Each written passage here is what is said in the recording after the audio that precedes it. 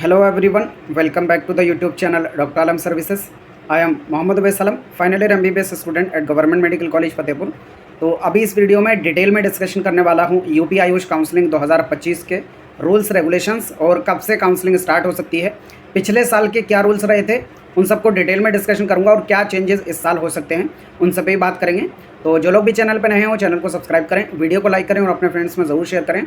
Already all India quota Ayush counselling का registration start हो चुका है 22 अगस्त से और स्टेट काउंसलिंग जो है 5 सितंबर से स्टार्ट होनी है। तो हर एक स्टेट या तो 5 सितंबर तक या उससे पहले पहले अपना जो नोटिफिकेशन है निकाल देंगे, यानी काउंसलिंग को स्टेट वाली 5 सितंबर तक स्टार्ट करना ही पड़ेगा हर एक स्टेट को, क्योंकि जो नोटिफिकेशन है ऑफिशियली AACC की तरफ से, NCISM और NCH की तरफ से आ चुका है। तो ये है वो नोटिफिकेशन आपके सामने जो NCISM और NCH की तरफ से आया। स्टेट काउंसलिंग जो पूरे इंडिया के अंदर हर एक स्टेट की होनी है वो 5 सितंबर से लेकर 15 सितंबर के बीच में चलनी है। तो इसी के अकॉर्डिंग हर एक स्टेट अपना शेड्यूल निकालेगा। यूपी आयुष का भी बहुत ज़्यादा चांस है, अगले 3 से 5 दिन के अंदर अंदर आपका नोटिफिकेशन आ जाएगा। हो सकता है रजिस्ट्रेशन थोड़ा डिले हो तो 5 सितंबर तक कभी भी बीच में हो सकता है, लेकिन रजिस्ट्रेशन से पहले नोटिफिकेशन इनको निकालना होता है। मतलब जो एक्चुअल रजिस्ट्रेशन की डेट होती है उससे कम से कम 5 से 8 दिन पहले नोटिफिकेशन आता है। तो इसलिए बहुत ज़्यादा चांस है कि अगले 3 से 5 दिन के अंदर ही आपका नोटिफिकेशन आ जाएगा काउंसलिंग का और जो रूल्स रेगुलेशन है वो आ जाएंगे। अगर बात की जाए कि क्या चेंजेस हो सकते हैं रूल्स रेगुलेशन में, तो जो रूल्स पिछले साल रहे थे वही बिल्कुल सेम रूल्स रहने वाले हैं काउंसलिंग के। अब पिछले साल क्या क्या रूल्स थे वो थोड़ा डिटेल में मैं आपको बता देता हूं, ताकि जितने भी स्टूडेंट काउंसलिंग कर रहे हैं जो गवर्नमेंट या प्राइवेट BAMS BHMS या BUMS कॉलेजेस के लिए, उन सबको काउंसलिंग के रूल्स का पता जाए और किसी भी तरह की दिक्कत उनको काउंसलिंग के अंदर ना हो। जैसे कई सारे बच्चे जो प्राइवेट कॉलेज में एडमिशन लेना चाहते हैं वो ऑलरेडी ऑल इंडिया कोटा में एडमिशन रजिस्ट्रेशन ले चुके हैं। आज भी मेरे पास 1-2 स्टूडेंट की ऐसी क्वेरी आई, जबकि मैंने साफ साफ आपको बोला था कि प्राइवेट कॉलेज में एडमिशन के लिए आपको स्टेट काउंसलिंग करनी है। जिस स्टेट के अंदर प्राइवेट कॉलेज है उसी स्टेट की आयुष काउंसलिंग में आपको पार्टिसिपेट करना है। फॉर एग्जांपल कोई यूपी के अंदर प्राइवेट BAMS BHMS या BUMS का कॉलेज है तो आपको यूपी आयुष काउंसलिंग करनी है। उसी तरीके से कोई कॉलेज उत्तराखंड के अंदर है तो उत्तराखंड की काउंसलिंग करनी है। राजस्थान का प्राइवेट आयुष कॉलेज लेना है आपको तो राजस्थान की आयुष काउंसलिंग करनी है। तो स्टेट वाइज काउंसलिंग में आपको पार्टिसिपेट करना पड़ेगा। तो यहाँ पर स्पेशली मैं यूपी वाले जो कॉलेजेस हैं और जो काउंसलिंग है उसके रूल्स रेगुलेशन को थोड़ा यहाँ पर डिटेल में मैं डिस्कस करने वाला हूँ। तो जो रूल्स और रेगुलेशन पिछले साल रहे थे वही रहने वाले हैं, बिल्कुल सेम रहेंगे। क्या रूल्स रेगुलेशन है उन पर मैं थोड़ा बात करता हूँ। सबसे पहले जो इंपॉर्टेंट चीज़ होती है वो है ऑफिशियल वेबसाइट। तो ये आपकी है upayushcounseling.upsdc.gov.in। यहाँ पर अभी तक कोई भी नया अपडेट इस साल का नहीं आया है, पिछले साल के सभी नोटिफिकेशन इस वेबसाइट पर अवेलेबल हैं। तो सबसे पहला स्टेप जो आपका काउंसलिंग में होता है वो है आपका रजिस्ट्रेशन फ़ीस, जो कि नॉन रिफंडेबल है। आपको 2000 रुपये की रजिस्ट्रेशन फ़ीस भरनी है और एक बार आपने रजिस्ट्रेशन कर लिया तो फिर आगे हर राउंड में आपको नहीं भरना, सिर्फ एक बार रजिस्ट्रेशन फ़ीस देनी होती है जो कि 2000 रुपये है, चाहे आप गवर्नमेंट के लिए पार्टिसिपेट करें या फिर प्राइवेट के लिए। लेकिन जो सिक्योरिटी अमाउंट है वो अलग अलग है। और उसके बाद जो स्पेशलिस्ट वैकेंसी राउंड होता है उसमें 1000 रुपये का आपको अलग से रजिस्ट्रेशन करके उसमें पार्टिसिपेट करना होता है, जो कि नॉन रिफंडेबल है।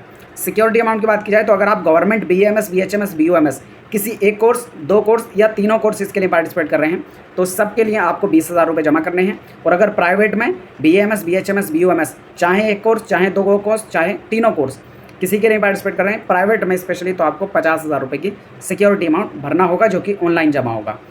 एक चीज़ का ध्यान दें, सिक्योरिटी जमा करते समय स्पेशली जो स्टूडेंट किसी दूसरे लोगों से या किसी काउंसलर से काउंसलिंग करा रहे हैं तो जो पेमेंट करें आप अपने अकाउंट से करना, क्योंकि जो आपका सिक्योरिटी अमाउंट है उसी अकाउंट में वापस आता है जिससे आपने फ़ीस कटवाई है। तो वो लोग ध्यान दें, स्पेशली जो दूसरे लोगों से काउंसलिंग करा रहे हैं या फ़ीस पेमेंट किसी दूसरे के अकाउंट से करा रहे हैं, सिर्फ अपने अकाउंट से पेमेंट कराएं, क्योंकि पैसा उसी में वापस आता है। हम लोग भी पेड काउंसलिंग करते हैं तो जो स्टूडेंट का अकाउंट होता है हम उसी से फ़ीस कराते हैं, अपने अकाउंट से हम भी नहीं कराते हैं। तो आप लोग भी इस चीज़ का ध्यान रखें, क्योंकि बहुत सारे स्टूडेंट के साथ ऐसा हो जाता है कि उनका अमाउंट जो है किसी काउंसलर या किसी दूसरे पर्सन के थ्रू होता है तो वहाँ पर वो पैसा उनके अकाउंट में वापस आता है, तो स्टूडेंट उसमें फंस जाता है। तो आप हर एक चीज़ को जान लें और उसके बाद ही काउंसलिंग पूरी तरीके से करें। बात करें रजिस्ट्रेशन की तो आपको हर राउंड के अंदर ऑप्शन मिलेगा। अगर कोई स्टूडेंट फर्स्ट राउंड में नहीं कर पाया हो तो सेकंड में कर पाएगा, जो सेकंड में नहीं कर पाया वो थर्ड में कर पाएगा। रजिस्ट्रेशन के अंदर आपको अपनी बेसिक डिटेल्स भरनी है, फिर उसके बाद आपको डॉक्यूमेंट अपलोड करने हैं। जिस तरीके से यूपी नीट के अंदर आपको डॉक्यूमेंट अपलोड करने थे उसी तरीके से यूपी आयुष में भी आपको डॉक्यूमेंट अपलोड करने होंगे और ऑनलाइन वेरिफिकेशन डॉक्यूमेंट का होगा। सबसे पहले ऑनलाइन आपके डॉक्यूमेंट्स का वेरिफिकेशन होगा।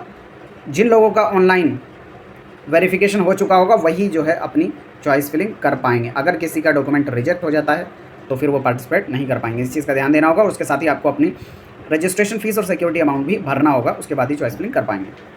फिर बात करें सिक्योरिटी अमाउंट से, तो सिक्योरिटी अमाउंट आपका जब कॉलेज मिल जाता है और आप उसमें एडमिशन ले लेते हैं तो आपकी जो सिक्योरिटी अमाउंट है ये वापस आ जाता है। ये रिफंडेबल अमाउंट है, जो गवर्नमेंट के लिए 20,000 है, प्राइवेट के लिए 50,000 है। ये काउंसलिंग खत्म होने के 2 से 3 महीने बाद आपका वापस आ जाता है सेम अकाउंट के अंदर, ठीक है। और अगर काउंसलिंग के अंदर आपको कोई कॉलेज मिल गया और आपने उसमें एडमिशन नहीं लिया, तब आपकी सिक्योरिटी जब्त हो जाती है। तो इस चीज़ का आपको ध्यान देना है यूपी के अंदर, क्योंकि फ्री एग्जिट नहीं होता है, इनडायरेक्ट फ्री एग्जिट होता है। जब काउंसलिंग स्टार्ट होगी तो मैं आपको बताऊंगा। अगर आपको कॉलेज मिल भी गया है तब भी अगर आप उसको नहीं लेना चाहते हैं तो आपकी सिक्योरिटी भी बची रहेगी। एक अलग तरीका होता है यूपी आयुष में कि अगर आप उसको फॉलो करते हैं तो आपका सिक्योरिटी अमाउंट भी बचा रहेगा, और अगर कॉलेज को आप नहीं लेना चाहते हैं तो उसको नहीं भी ले सकते हैं। यहाँ पर भी इन्होंने साफ साफ लिखा है कि आप खुद के अकाउंट से ही सिक्योरिटी अमाउंट को भरें, क्योंकि उसी अकाउंट में वापस आएगा। ये पिछले साल के जो रूल्स रेगुलेशन है उसके हिसाब से मैं बता रहा हूँ।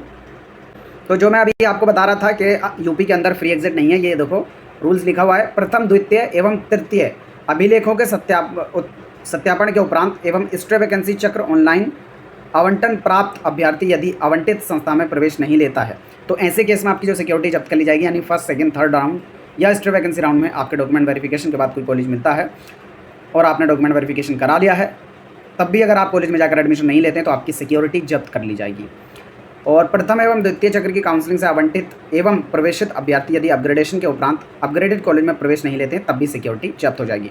यानी किसी स्टूडेंट को पहले या दूसरे राउंड में कॉलेज मिला और उन्होंने अपग्रेडेशन के लिए डाल दिया, अपग्रेडेशन के बाद आपको नेक्स्ट राउंड में कोई दूसरा कॉलेज मिल गया, मान लो वाई कॉलेज किसी स्टूडेंट को मिल गया और पहले ए कॉलेज मिल चुका था, और अपग्रेडेशन के बाद कोई दूसरा वाई कॉलेज मिल गया, तो उस स्टूडेंट को वाई कॉलेज में एडमिशन लेना ही पड़ेगा। अगर नहीं लिया तब भी सिक्योरिटी जब्त हो जाएगी। या फिर ऑल इंडिया कोटा की जो लिस्ट आती है ऐसे कैंडिडेट की जिनको कॉलेज मिल चुका है और उन्होंने रूल्स के अकॉर्डिंग ऑल इंडिया कोटा से कोई सीट मिल जाती है, तो वो स्टेट की सीट को छोड़ के जाकर ऑल इंडिया में एडमिशन ले पाएंगे। तो सबसे पहले यहाँ पर बात करते हैं कि काउंसलिंग के अंदर आपके स्टेप्स क्या क्या रहते हैं। सबसे पहले आपको ऑफिशियल वेबसाइट पर जाकर रजिस्ट्रेशन करना है, उसके बाद रजिस्ट्रेशन फ़ीस जमा करनी है, उसके बाद सिक्योरिटी अमाउंट जमा करना है, जो कि मैं ऑलरेडी बता चुका हूँ। रजिस्ट्रेशन के आपके 2,000 लगेंगे, सिक्योरिटी के गवर्नमेंट के लिए आपके 20,000 रुपये लगेंगे, और प्राइवेट के लिए आपके 50,000 रुपये लगेंगे। आपकी कैटेगरी के हिसाब से आपको जमा करना है। फिर उसके बाद स्टेट मेरिट लिस्ट आती है, उसके बाद आपको चॉइस फिलिंग और चॉइस लॉकिंग करनी होती है। फिर उसके बाद टेंटेटिव अलॉटमेंट रिजल्ट आता है, उसके बाद आपके डॉक्यूमेंट का वेरिफिकेशन होता है। डॉक्यूमेंट का वेरिफिकेशन ये एक एक्स्ट्रा स्टेप है, यूपी आयुष के अंदर सिर्फ होता है। आपको कॉलेज मिलने के बाद आपको लखनऊ में जाकर, national homeopathic medical college Lucknow में जाकर अपने डॉक्यूमेंट का वेरिफिकेशन कराना होता है। जिनके डॉक्यूमेंट वेरिफिकेशन हो जाएगा वही जो है कॉलेज में जाकर एडमिशन ले पाएंगे। अगर डॉक्यूमेंट वेरिफिकेशन कोई इशू आता है तो आप एडमिशन नहीं ले पाएंगे। उसके बाद आपको अलॉटमेंट लेटर डाउनलोड करना है, मतलब डॉक्यूमेंट के वेरिफिकेशन के बाद। उसके बाद आपको अलॉटेड कॉलेज में जाना है, और कॉलेज में एडमिशन लेने के बाद अगर आप अपग्रेडेशन में जाना चाहते हैं तो आपको विलिंगनेस भरना होता है अपग्रेडेशन का, और अपग्रेडेशन का जो विलिंगनेस है ये ऑनलाइन भरना होता है। जैसे कि यूपी के अंदर एमबीबीएस बीडीएस में क्या होता है कि आपको कुछ भी अलग से विलिंगनेस नहीं भरना है, डायरेक्टली आप चॉइस फिलिंग करके पार्टिसिपेट कर सकते हैं। लेकिन यूपी आयुष में ऐसा नहीं है, आपको खुद से ऑनलाइन भरना पड़ेगा कि मैं अपग्रेड करना चाहता हूँ, तभी आप जो है अपग्रेडेशन कर पाएंगे। फिर उसके बाद नया कॉलेज आपको मिलता है तो आपका डॉक्यूमेंट का वेरिफिकेशन फिर से होगा कॉलेज के अंदर। फिर उसके बाद अपना अलॉटमेंट लेटर ले जाकर आप नए कॉलेज में जाकर एडमिशन लेंगे। तो ये पूरा प्रोसेस रहता है आपका काउंसलिंग का। तो यहाँ पर सबसे पहले जो इंपॉर्टेंट पार्ट है डॉक्यूमेंट वेरिफिकेशन वाला, वो मैं यहाँ पर आपको बता देता हूँ कि आपको कौन कौन से डॉक्यूमेंट लेकर जाने होते हैं national homeopathic medical college Lucknow में डॉक्यूमेंट का वेरिफिकेशन कराने के लिए। तो आपको अपना नीट यूजी का प्रवेश पत्र यानी नीट यूजी का एडमिट कार्ड ले जाना होगा, और आपको रिवाइज्ड वाला नीट 2025 का, क्योंकि यहाँ पर 2024 इसलिए है क्योंकि उसी के हिसाब से मैं रूल बता रहा हूँ और यही रूल इस साल भी रहेंगे। तो 2025 का आपको अपना रिवाइज्ड रिजल्ट ले जाना है, क्योंकि एक ही बार आया था तो वही आपका रिजल्ट लेकर जाएंगे। हाई स्कूल अथवा समकक्ष के अंक पत्र, अंक पत्र क्या होता है? आपकी मार्कशीट। प्रमाण पत्र, प्रमाण पत्र क्या होता है? पासिंग सर्टिफिकेट एवं प्रवेश पत्र यदि उपलब्ध हैं। तो 3 चीज़ होगी, आपको हाई स्कूल की मार्कशीट ले जानी है, हाई स्कूल का पासिंग सर्टिफिकेट ले जाना है, और हाई स्कूल का एडमिट कार्ड अगर आपके पास है तो, नहीं है तो सिर्फ दो चीज़ें ले जाएं, अपना मार्कशीट और पासिंग सर्टिफिकेट। फिर आता है इंटर के यानी 12th के क्या क्या डॉक्यूमेंट चाहिए। तो 12th का आपको मार्कशीट चाहिए, 12th का पासिंग सर्टिफिकेट चाहिए, और उसका भी अगर आपके पास एडमिट कार्ड है 12th क्लास का तो वो भी ले जाना होगा। फिर उसके बाद आता है सामान्य निवास प्रमाण पत्र यानी डोमिसाइल सर्टिफिकेट। अगर आप गवर्नमेंट कॉलेज के लिए पार्टिसिपेट कर रहे हैं और यूपी से आपने 10th और 12th नहीं किया है, उस केस में आपको यहाँ पर डोमिसाइल भी देना होगा। और अगर यूपी से आपने 10th और 12th किया तो डोमिसाइल की ज़रूरत नहीं है। प्राइवेट कॉलेज में पार्टिसिपेट कर रहे हैं तब भी डोमिसाइल की ज़रूरत नहीं है। फिर उसके बाद अगर आप किसी कैटेगरी से बिलोंग करते हैं, स्पेशली EWS और OBC वाले ध्यान दें कि उनको 1 अप्रैल के बाद का ही सर्टिफिकेट चाहिए। 1 अप्रैल 2025 के बाद का सर्टिफिकेट होना चाहिए, वही वैलिड होगा, और वो भी स्टेट वाला होना चाहिए। आपका अगर सेंट्रल वाला सर्टिफिकेट है तो वो वैलिड नहीं होगा, आपके डॉक्यूमेंट रिजेक्ट कर दिया जाएगा। बात करी जाए प्राइवेट में, तो आपको प्राइवेट में कोई भी डोमिसाइल सर्टिफिकेट की ज़रूरत नहीं है और किसी भी कैटेगरी सर्टिफिकेट की ज़रूरत नहीं है। सबको ओपन से पार्टिसिपेट करना होता है प्राइवेट कॉलेज के लिए, ठीक है। बाकी जो SC और ST वाले कैंडिडेट हैं वो भी ध्यान दें कि उनको भी सर्टिफिकेट अपना स्टेट वाला दिखाना है, ऑल इंडिया वाला सर्टिफिकेट यहाँ पर वैलिड नहीं होगा। तो ये सारे डॉक्यूमेंट आपको ले जाकर जो national homeopathic medical college Lucknow है वहाँ पर जाकर वेरिफिकेशन कराना होता है। और यहाँ पर वही रूल इन्होंने लिखे हैं कि किस किस को नहीं चाहिए। ऑल इंडिया वाले जो प्राइवेट में एडमिशन ले रहे हैं उनको नहीं चाहिए, और EWS वाला यहाँ पर लिखा है। फिर पासपोर्ट साइज़ फ़ोटोग्राफ भी आपको यहाँ पर लेकर जाना है, और अपनी एक आइडेंटिटी, यानी आपका आधार कार्ड हो, ड्राइविंग लाइसेंस हो, पैन कार्ड हो, कुछ भी इसमें से ले जा सकते हैं। और जो आपने काउंसलिंग के लिए पार्टिसिपेट किया था, जो रजिस्ट्रेशन फॉर्म है वो भी आपको लेकर जाना है वेरिफिकेशन के टाइम। और ऑनलाइन काउंसलिंग करते हुए जब आपने फ़ीस जमा की थी तो उसकी रजिस्ट्रेशन फ़ीस की स्लिप, सिक्योरिटी अमाउंट की स्लिप, ये सारे डॉक्यूमेंट आपको लेकर जाने हैं काउंसलिंग के लिए वेरिफिकेशन में। तो ये सभी सारे स्टेप्स रहने वाले काउंसलिंग में। जैसे ही काउंसलिंग स्टार्ट होगी और डिटेल में आप सबको बता दिया जाएगा। बाकी जो लोग पेड काउंसलिंग ज्वाइन करना चाहते हैं वो ज्वाइन कर लें, नीचे डिस्क्रिप्शन बॉक्स में आपको पेड काउंसलिंग ग्रुप का लिंक मिल जाएगा। बहुत लिमिटेड सीट्स हमारे पास बची हैं, बहुत जल्दी पेड काउंसलिंग को हम बंद भी कर देंगे क्योंकि सीट जो है हमारी भरने वाली है। तो जो लोग चाहते हैं वो जल्दी से जल्दी ज्वाइन कर लें। कोई क्वेरी है, डाउट है, नीचे कमेंट बॉक्स में बता सकते हैं। मिलते हैं नेक्स्ट वीडियो में, तब तक के लिए थैंक यू।